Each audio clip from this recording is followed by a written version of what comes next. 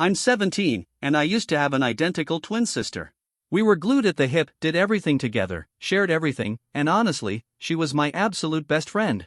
Last September, we had a volleyball game after school. Normally, our dad was the one to pick us up, but he was out of town, so our stepmom had to fill in. She ended up being over an hour late because she forgot and had been napping. When she finally did show up, she started going off about how we interrupted her sleep, like we were some huge inconvenience. On the drive home, she blew through a stop sign at an intersection, and just like that, we were in a horrific accident. A lot of that night is still fuzzy, like a blur in my memory, but I remember those final few moments right before the crash so clearly, it haunts me. I ended up in the hospital for weeks. But my sister, she didn't make it. She died that night. I've never been able to forgive my stepmom for what happened. The worst part is, she won't even take responsibility. There were people who saw the accident and said it was her fault, but she still acts like she did nothing wrong. I'm not someone who gets angry easily. I've always been calm and I hate confrontation. But when I look at her, all I feel is rage. Like she robbed me of something precious, like she reached into my life and ripped my sister away. And now she acts like my sister never even existed. One moment that really hit me hard was this one time at Walmart. My dad, stepmom, and I were buying something for my little brother. While we were checking out, they started chatting with some older man. I wasn't really paying attention until the man asked my dad how many kids he had. My dad said 4. But then my stepmom chimed in and corrected him, said 3. Just like that. Like my sister never counted. I didn't say a word to her after that. I couldn't. I just shut down. That moment stayed with me for days. Losing my sister is something I still don't know how to process. She understood me in a way no one else ever could. We grew up side by side, knowing exactly how the other felt without even speaking. Now I feel like I'm just walking through life like a ghost. Not suicidal, but I won't lie, sometimes I wonder what it would be like if I just stopped existing. Everything feels empty without her. Here's some background. My dad cheated on my mom with my stepmom. That tore our family apart. My parents ended up divorcing, and my mom eventually moved back to her home country in Europe. My sister and I stayed with our dad. So now, it's just me, my dad, my stepmom, and my younger brothers living under one roof. After the accident, I couldn't stand eating dinner at the table without my twin, so I started having all my meals alone in my room. It just felt too wrong sitting in her usual spot and pretending everything was normal. But last night, my dad insisted I come downstairs for dinner. He practically begged me. I didn't want to, but eventually I gave in. Dinner started off okay. Then my stepmom suddenly announced that she was pregnant. My little brothers, 8 and 5, got all excited and started asking if the baby was a boy or a girl. She beamed and said it was a girl. They were thrilled about having a little sister and started talking about decorating her room. Then my stepmom mentioned she already picked out which room would be the nursery. I looked up and asked her which one.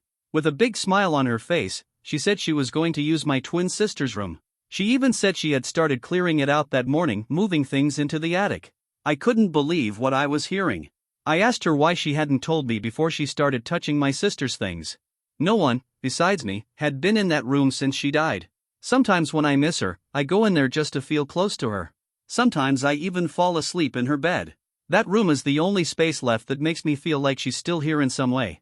My stepmom got defensive. She said I needed to get used to the idea of her having a baby and that she needed the extra room. I told her I understood that she was pregnant and needed space, but a heads up would have been the decent thing to do. That's when she said something that really cut deep, told me she didn't need to inform me of anything because she was the mother of the household. She said she was doing what was best for her baby and didn't need my negativity around it. I kept my mouth shut, trying to hold myself together. But then she said something that broke me. She said, "You need to accept that your twin is gone. It's sad, but it's time to move on. You've still got your dad, your brothers, and me. And now you're getting a new sister, maybe even one you'll grow an even closer bond with." I felt my chest tighten. I knew if I stayed there any longer, I'd lose it. So I got up and left the table without saying another word. My dad started yelling after me, calling me dramatic and saying if I didn't come back, I'd be grounded. I kept walking. I couldn't take it anymore. And then I heard my stepmom mutter, "I don't understand what her problem is. She's not even happy about the pregnancy, but she's throwing a fit over some empty bedroom." That's when I lost it. I turned around and just stared at her, completely stunned by how cold she could be. She does stuff like this all the time, acts like my sister was never even born. Like 2 months ago, again at Walmart, some old guy asked my dad how many kids he had. My dad said 4. And she butted in and corrected him, said 3. Like my sister never mattered. I finally snapped. I told her exactly how I felt. I told her she's been the reason behind every major traumatic moment in my life. She knew my dad was married when she started sleeping with him. She knew he had a wife and kids, and she didn't care. Her actions destroyed my family. My mom spiraled into depression and eventually left the country. Then I reminded her about that night, how she couldn't be bothered to wake up on time and how she was too busy whining about her nap. That careless attitude is what caused the crash that nearly killed me and took my sister's life. I told her she had no right to go into my sister's room without talking to me first. I wasn't upset about the new baby, I was hurt that she just started boxing up my sister's things like her memory meant nothing. And then, finally, I said the thing I'd been holding back the most, that it was cruel, inhuman of her to tell me to just move on from losing my twin. She wasn't just a sibling. She was my other half. My stepmom snapped back, saying the accident already happened and I was stuck in the past. That everything happens for a reason and God works in mysterious ways. But honestly, that night, all I could think was that if God's plan included taking my sister and leaving her behind, then maybe I wasn't interested in understanding that plan. At one point, I flat out asked my stepmom if she seriously believed my sister's death was just something that couldn't have been avoided. And she looked me in the eye and said it was just bad luck. Fate. That's all it was to her. I reminded her that my sister would still be alive if she had just been paying attention that day instead of being so distracted. But instead of acknowledging it, she flipped the blame on me. She said I made her feel like I wished she had died in the crash instead. I didn't even respond. I stayed completely silent. But she kept pressing, asking over and over again if that's what I really wanted. I got up to walk away, and she grabbed my arm. I asked her, calmly, to let go. But she wouldn't. She just kept repeating, "You want me dead, don't you?" over and over again like she was trying to force it out of me. Eventually, I just snapped. I told her the truth. Yeah, maybe life would have been easier if she had been the one who died instead. She immediately broke down crying. And then my dad came in, saw what was going on, and called me heartless. A few minutes later, I apologized, not because I didn't mean it, but because I felt guilty for how it all exploded. But my dad wasn't having it. He just told me to leave her alone and walked off. Ever since then, he's been giving me the cold shoulder. Like I don't even exist. And my stepmom? She avoids me like I'm some sort of disease. People online commented, saying they were sorry for what I'd gone through and that my feelings made total sense. Most said I wasn't in the wrong at all. One person even said, "Your stepmom shouldn't ask questions if she's not ready for honest answers," and that stuck with me. Another pointed out how my dad hasn't really stepped up to support me or get me the help I obviously need. Someone asked if I could talk to my mom about all this, how involved she was. And the truth is, we talk a lot. We text every day and try to FaceTime twice a week. But after everything that happened with my sister, my mom hasn't been in the best place mentally. She's been struggling with her mental health for over a decade now, and I just don't want to add more weight on her shoulders. I don't want to risk triggering something worse. After my parents split, my grandpa got really sick. He was diagnosed with a terminal illness, so my mom moved back to Europe to take care of him and be with her side of the family. She wanted to take my sister and me with her, but my dad fought her in court and he won. So we had to stay here with him. We still visited France every summer, even after my grandfather passed away. But my mom decided to stay there permanently. She told us she just couldn't go back to the US, too many painful memories. She needed to be near her mom and far from everything that broke her. Outside of my mom and her family, I don't really have anyone else. My dad isn't close with his relatives. He's got an older brother I've never even met, and I barely know anything about my grandparents on his side. I wanted to try therapy, but my dad flat out refused. He thinks therapy is useless and that it just fills your head with nonsense. He told me if I ever needed advice, I should come to him or speak with our pastor, which I don't feel safe doing. Someone else online asked why my stepmom wasn't charged for the crash, since she ran a stop sign and my sister died. The answer is she was charged. She's on probation now, and I think she had to pay a fine too. Another commenter said something that really hit hard. They said my dad's afraid therapy would open my eyes to just how terrible he's been as a father and as a person. They asked if I had a plan to leave once I turned 18, and that maybe I could move to France with my mom or go to college somewhere far from here. They even listed everything I'd need to prepare: passport, birth certificate, social security card, just in case I had to go without help. Honestly, that advice stayed with me.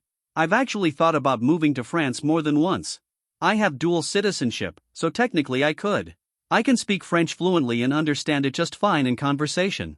But I struggle when it comes to writing and using more advanced vocabulary.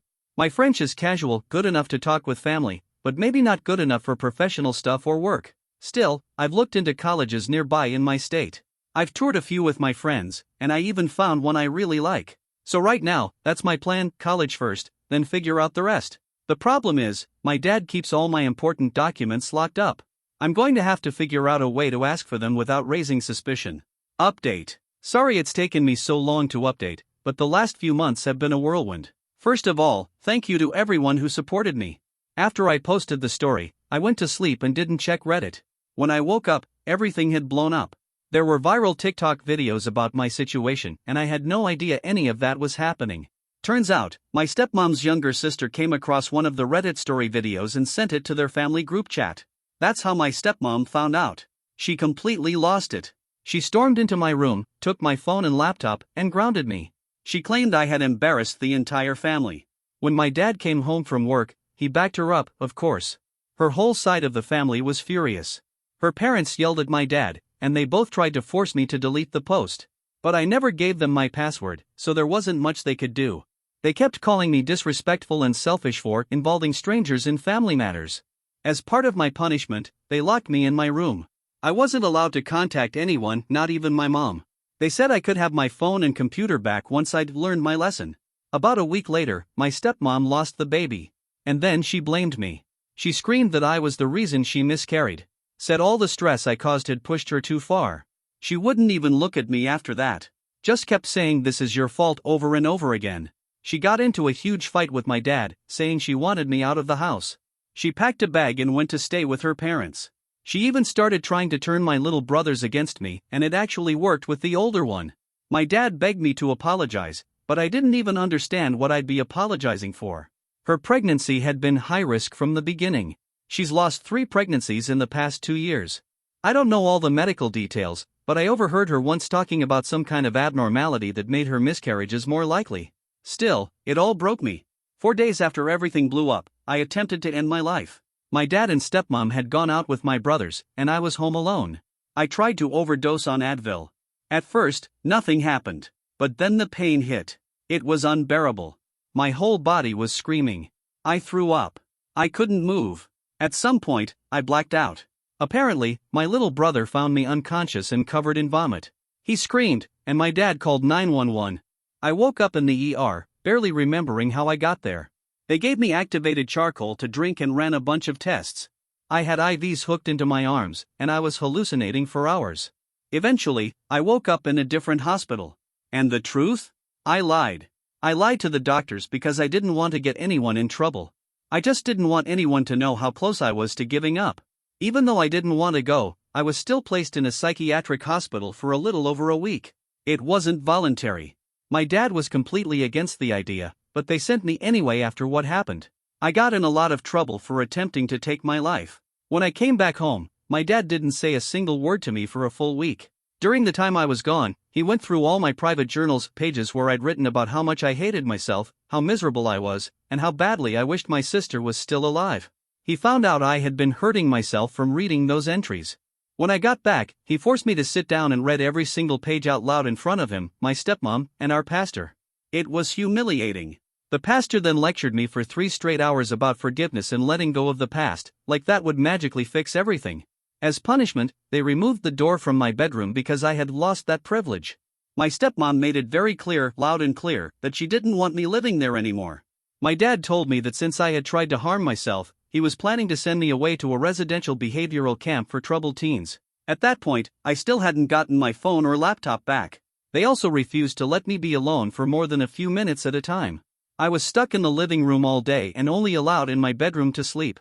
My dad even made me keep the bathroom door cracked open while I showered so my stepmom could keep an eye on me. They also banned me from playing volleyball this year, which crushed me. It was the one thing that made me feel remotely normal. I felt trapped, completely cornered. And I knew if I didn't do something, I'd be sent away to one of those behavioral camps I'd read horror stories about online. I couldn't let that happen. So late one night, I snuck into the office and took my stepmom's iPad. I used it to call my best friend and told her everything. She was shocked and heartbroken for me. She talked to her parents, and they all agreed to help. I quietly packed a few bags, mainly clothes and things that reminded me of my sister. We came up with a plan to leave in a few nights. I told my stepmom I needed my birth certificate and social security card for a job interview at our church's daycare, and surprisingly, she handed them over without questioning it. Over the next 2 nights, my best friend drove to my house around 3 a.m. to grab my stuff little by little, including things from my sister's room. Then, on the third night, I finally found the hiding spot where my dad had been keeping my phone and laptop. I took them back. That same night, I left with my best friend. I don't want to get anyone in trouble, so I won't share all the details about how I left or where I stayed afterward. But I will say this, my dad tried to press charges on a few people. Nothing came of it. He eventually gave up, especially since my stepmom was clearly thrilled I was gone. It's been 3 months since I left, and for the first time in a long time, I feel safe. I haven't heard a single word from my dad or stepmom in weeks. From what I've been told, their relationship isn't doing so well now either. I've been living with one of my mom's cousins, and it's been peaceful. Once I graduate high school, I plan to move to Europe and finally be near my mom again. Today, I turned 18. And honestly, I've never felt so free. I'm legally an adult now, and that means I never have to see my dad again if I don't want to. To anyone who reached out to me, offered support, legal advice, or even encouraged me to look into a potential lawsuit against my stepmom, thank you. From the bottom of my heart. And I'm sorry if this post has any spelling mistakes or grammar issues. Writing this brought back a wave of really dark emotions. Comment response summary, rewritten. Someone asked where my real mom was during all of this, why she hadn't stepped in more, or why I didn't just move to Europe to be with her. The truth is, it's complicated. My parents split when I was 8. My mom moved to France shortly after I turned 9. At first, they had joint custody, but my mom tried to get full custody so she could take my sister and me with her to Europe. Unfortunately, my dad won that battle in court. He had more money, better lawyers, and dragged out the case until she couldn't afford to keep fighting. In the end, he was awarded full custody, and we only got to visit my mom in France during summer breaks.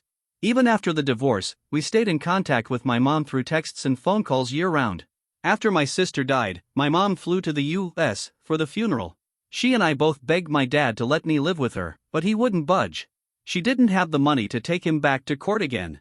She even reached out to his pastor and some of his relatives, hoping they'd talk some sense into him. But no one was willing to help. My dad told her to back off or he'd sue her for harassment. After that, she kind of shut down for a while. Her mental health and alcohol use got worse, and we lost regular contact. But now she's doing so much better. She's been through rehab and has been sober for almost a year now. She's in therapy, working on healing. We talk every single day now, and she's become my rock through everything that's happened. She even flew out to visit me last month for Thanksgiving. And living with her cousin? It's honestly been really nice. For the first time in years, I feel like I can breathe again.